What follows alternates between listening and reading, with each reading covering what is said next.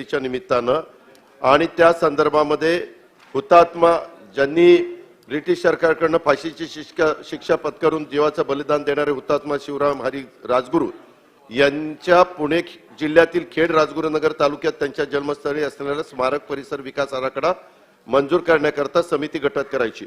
मला आत्ताच त्यांनी पत्र दिलं मुनगंटीवार साहेबांनी, कारण मी पण त्याच्यामध्ये प्रश्न उपस्थित केलेले होते आणि शासन निर्णय त्यांनी तातडीने काढला समिती स्थापन करण्याचा।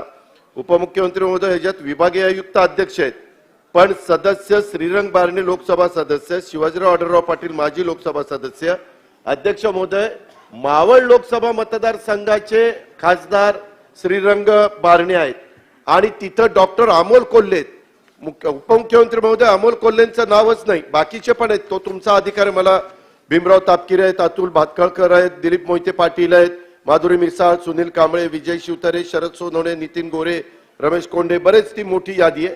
परंतु त्या जे स्वतः त्याचं प्रतिनिधित्व पार्लमेंटमध्ये करतात असं आपण उपमुख्यमंत्री महोदय करत नाही, तर त्याच्यामध्ये विभागीय आयुक्त पुणेच्या नंतर सदस्य म्हणून पहिलं नाव सिनियरिटी प्रमाणे डॉक्टर अमोल कोल्हेंचं आलं पाहिजे।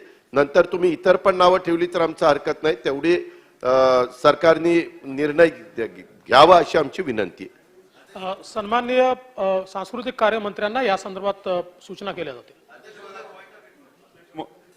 अध्यक्ष महोदय, या ठिकाणी जलसंपदा मंत्री देवेंद्र साहेब इथं उपस्थित